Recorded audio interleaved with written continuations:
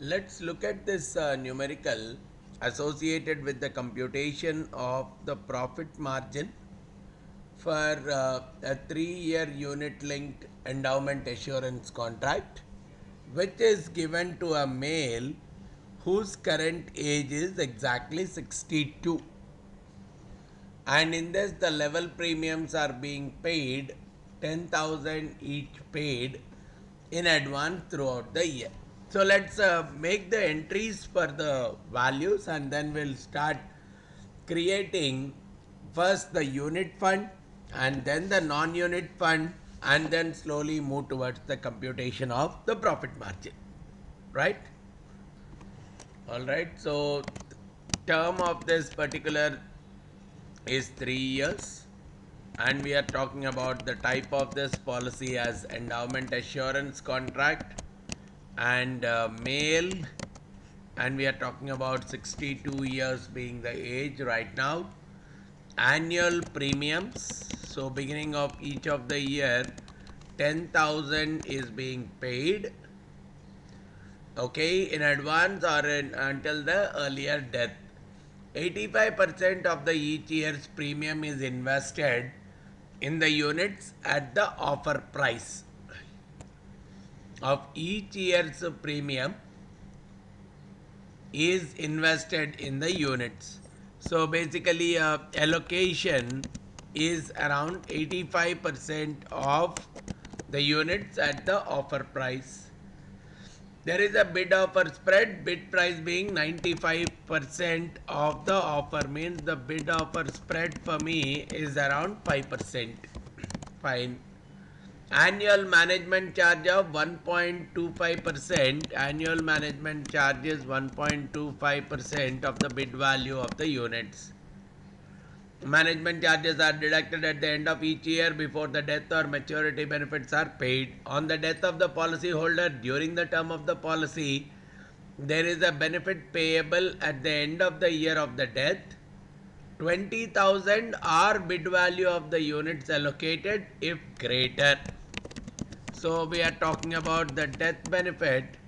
There is either a minimum of 20,000 sorry, a maximum of 20,000 or whatever is the value of the units. Then we are talking about the maturity benefit. Right, on the maturity benefit we are talking of 115% of the bid value of the units payable, means 15% is excess. The company holds a unit provisions equal to the full bid value of the units. It sets up non-unit provisions to zeroize any non-negative unit cash flow other than those occurring in the first year. Assumptions: AM92 ultimate. Alright. Initial expenses are 600 straightforward. Then renewal is 100 at the start of each of the second and the third policy years. Unit fund is growing at 8%. The growth rate for the unit fund, we are targeting it as 8% per year, whereas the growth rate for the non-unit fund, we are looking at the non-unit fund growth rate as just around 4%. And non-unit fund provision basis AM92 ultimate 4%. Risk discount rate we are talking about as 15%. Now let's see how we can first of all start off, because it's a unit linked fund. Let's first start off with the unit linked related stuff. Right, so we'll first look at the calculations associated with the unit fund. Okay, now it's a 3-year one, so let's call it Y1, Y2, Y3 each of the years. Now fund value at the beginning of the period. For the first period, obviously it is going to be 0. Then we are having an allocation. How much is allocated? 85% of the premium is allocated. So I'll talk about 84%, 85% of the premium being allocated right, 85% of the premium giving me 8,500 each of the years. But there is a bid offer spread that is being talked about, and because of this bid offer spread,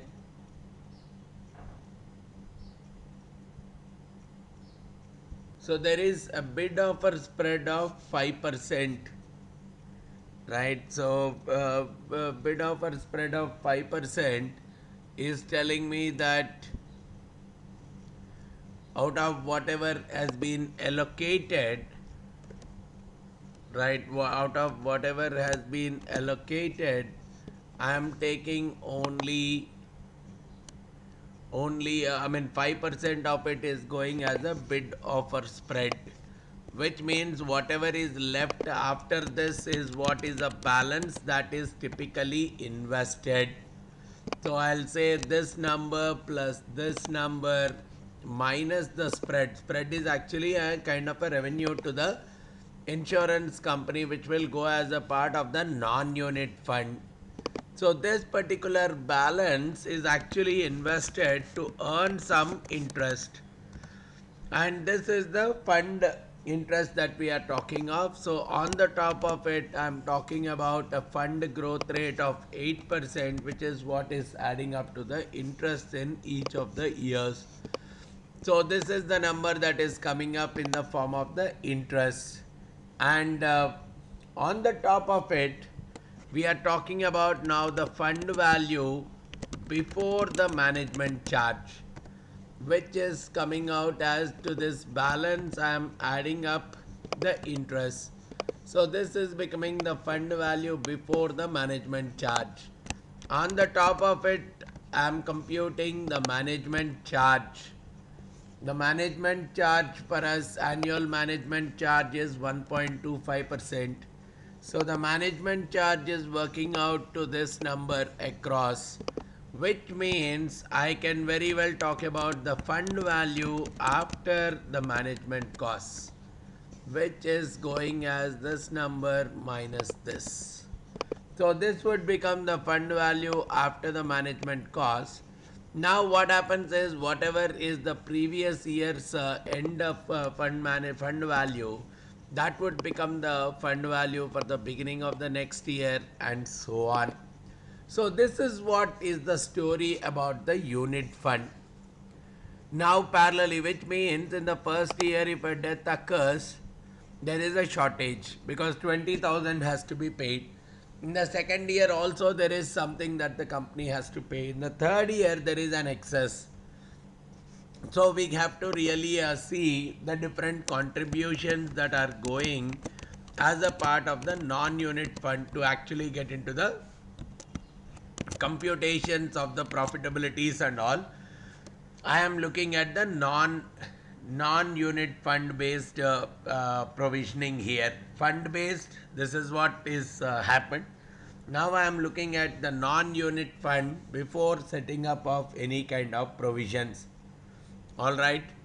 So from here I'll look out for the unallocated premium first thing, which is working out to 10,000 minus whatever has been allocated.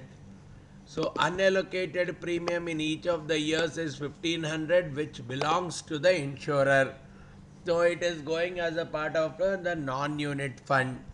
Similarly, the bid offer spread, which also gets allocated in the beginning, even that goes because all this amount will earn an interest. Whereas the fund management charge, I will take it towards the last because it is paid towards the end of the period. Now on these, I am even taking out the expenses for each of the years. So I have the expenses in the first year. The expenses are around 600, whereas from the next year onwards the expenses are around 100. So based on this, I am getting the balance which can be invested, which will work out to this number plus this. This too belongs to the insurance company, out of which it has incurred this expense, which is resulting in balances of these amounts coming up, which are fetching interest for the whole of year, because the claim settlements or maturity settlements happen only at the end of the year, but this entire amount is coming at the beginning of the year, which means it could very well be invested. And with this amount we are talking about, this particular amount is fetching an interest rate of around 4%, which is resulting in an interest of 53 here, and across 53 and 73 being the numbers. Now, whatever the contribution it has to do towards the death benefit, we simply said the death benefit is 20,000 or higher. Right, the death benefit is 20,000 or higher, which means I have to really get the death benefit for this, the excess, which has to be really borne by the company. So what has to be borne by the company is 20,000 minus whatever the fund value that is left at the end of the first year. That much of burden is there for the company. It has to take care of that. And that I am looking at as an expected value, which means I will multiply the same, this number I will multiply it with the probability of death. And since I have to multiply this with the probability of death, I will look at AM92 ultimate table, right? AM92 ultimate table at 4% interest rate. I will have to go for Q that year dying in the first year itself, Q62. What is the probability that the person will die by within 1 year? The Q62 is coming out to 0.010112, which is resulting in a death benefit of around 115.15. The same logic, if I am putting it for the second year, I would require an excess, right? Probably this is, I should write this as the maximum of this number, comma 0. So in this case it comes out like this, and now I can try saying maximum of, what is that, the excess 20,000 is required as the death benefit, minus 17,000 got piled up as the reserve. This much I am trying to multiply it with the probability of death for a 63-year-old person. For a 63 year it becomes 0.011344. Right, this comma 0 is what is being worked out, which is working out to 24.994. And same logic if I am using in the last, 20,000 minus 27. So obviously there is an excess, so directly the bid value of the units can be paid. But in case it falls short, even my model should take care of that. So 64, Q64, I'll take it as 0.012716, comma 0. So it comes out that the death benefit in each of these cases. So this is the amount that the company has to set as a for addressing the death benefit. Similarly, now I can talk about the maturity benefit. Right, maturity benefit obviously does not come in the first 2 years, so I can directly take these as zeros, whereas it is providing 15% extra on the bid value of the units, which has to be borne by the insurance company itself, which means 15% of the bid value of the units. It's a maturity cost that is associated with it. And on the top of it there is a management charge which it has got, right, for managing the fund, 109 in the first year and the other numbers in the next. So which means overall there is a profit if I now compute, all right, there was a 1325 which has earned 53, out of which it has to take out 115 towards the death, nothing towards the maturity, but at the same time it has got 109 towards the management expenses, which means first year there was an excess, there is a profit of 1371, the third year there is a loss, and because in the third year there is a loss, it has to zeroize that particular loss, right? The cash flow is negative here, which means it has to zeroize, means it has to set up some reserve here, and if it has to set up some reserve in such a way that it gets 1895, right, it has 1895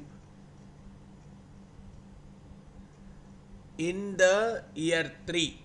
At the end of year 3, I wanted to see that it has 1895. Now, if I have to look out for the maturity, if I have to look out for the reserve, okay, in the third year there is a negative, so I have to make it positive, probably by, I need to have 1800. If I had 1891 at the end of the year 3, I would have been able to balance out this negative. So that's the reason I say at the end of year 2 or at the beginning of year 3, if I had the negative of this amount discounted by 1.04, which means 1818, if I had, that would have typically been sufficient to address this 1891. But what we are also saying is even this maturity benefit amount, this also would fetch something. So what we generally do is whenever there is a maturity benefit, even we take out of this amount, we try to take out the maturity benefit part, right? Whatever is the maturity benefit part, what we do here is in the computation of this, instead of just taking the minus G20A, we also take out the maturity benefit part, right? Because even that could be invested to really earn something. So that number, I take it as the probability of death in that particular year. So I could multiply that with Q64. Q64 is 0.012716. So once I take that, that would be the amount of reserve that I really require. I'll take the negative of that, which will give me that the reserve that I require is somewhere around 1768, and obviously we have 2098 here, which will suffice the process, which means my revised profit vector now after the adjustment, so now this is becoming 0. This number is becoming 2098 minus 1768, which is to the extent of, and this 1768, right? This 1768 only for those who have survived. That is what is required for the next year.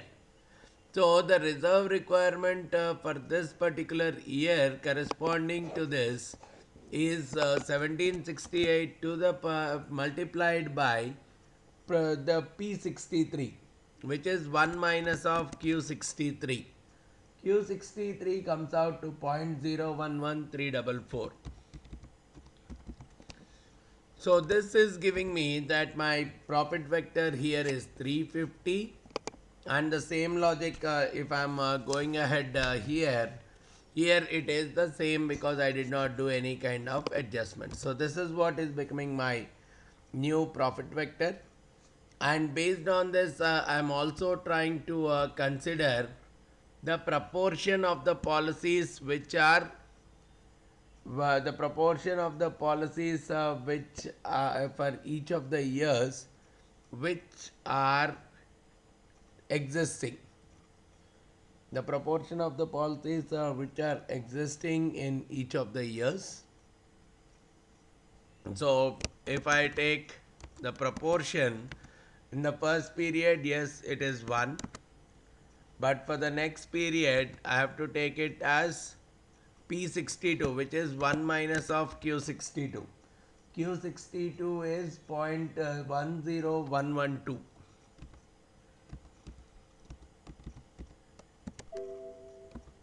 So around 98 this much. And probably for the second year, if I have to look at, I have to take this number multiplied by 1 minus P63, which is 0.011344. And because of this, these are the numbers that are operating. So from here I could very well go ahead with I'll also take the discount factor here at the rate of 15%. So I'll take this as 1 by 1.15. So this number divided by 1.15 for this number divided by 1.15 for this. So from here I'll find out the expected present value of the profits, which will give me as the sum product of these three.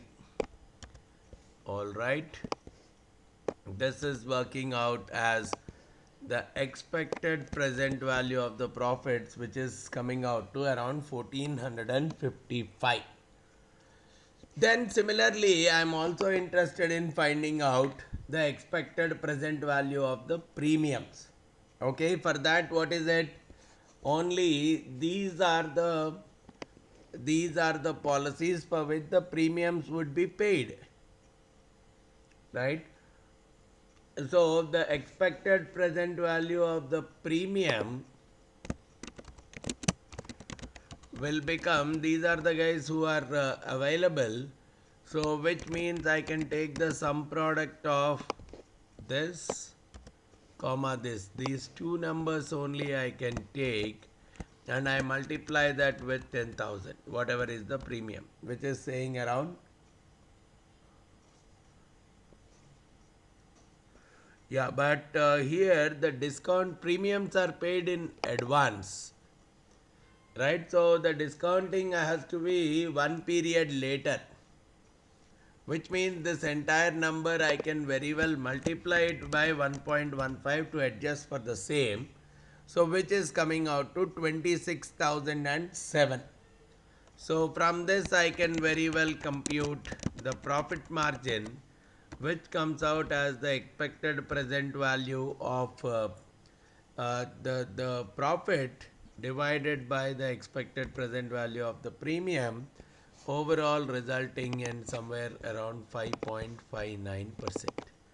So this is how we can compute, and the major thing that you have to remember is wherever the maturity benefit role is there, when you are trying to zeroize, we have to make sure that even that part is taken out from the simplification aspect. All right.